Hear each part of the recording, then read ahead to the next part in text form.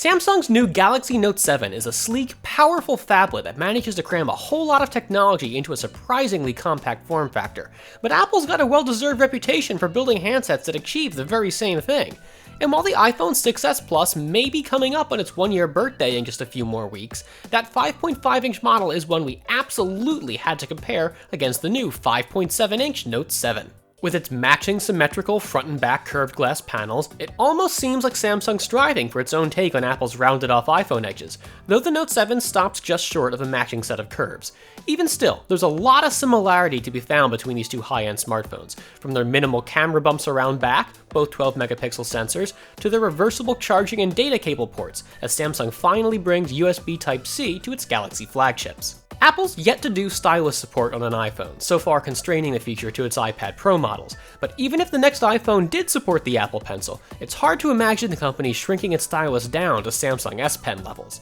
Samsung gives us a stylus that improves on last year's model in nearly every way, from improved pressure sensitivity and a waterproof design to a new finer tip. That the manufacturer also manages to make room to store the S Pen within the Note 7 itself and still have the handset come in both shorter and narrower than the iPhone 6s Plus, and just over half a millimeter thicker though, is a major accomplishment. Samsung's evolving sense of refined design is easy to see when comparing these two phones head-on, and while Apple's practically looks like it's wasting space with these comparatively pronounced bezels, Samsung fits a larger screen into a much tighter area. And there's still plenty of room up front for the return of Samsung's combination home button fingerprint scanner, as well as the all-new front-facing iris camera. Apple's iOS 9.3.3 and the Android 6.0.1 the Galaxy Note 7 runs are still quite different beasts, but we do see similarities in the way both Samsung and Apple approach software, as evidenced in Samsung's latest camera interface. While granular controls are buried under the surface for particularly detail-oriented photographers to call upon, the main swipe-driven UI is more minimal than ever in a very Apple-ish way,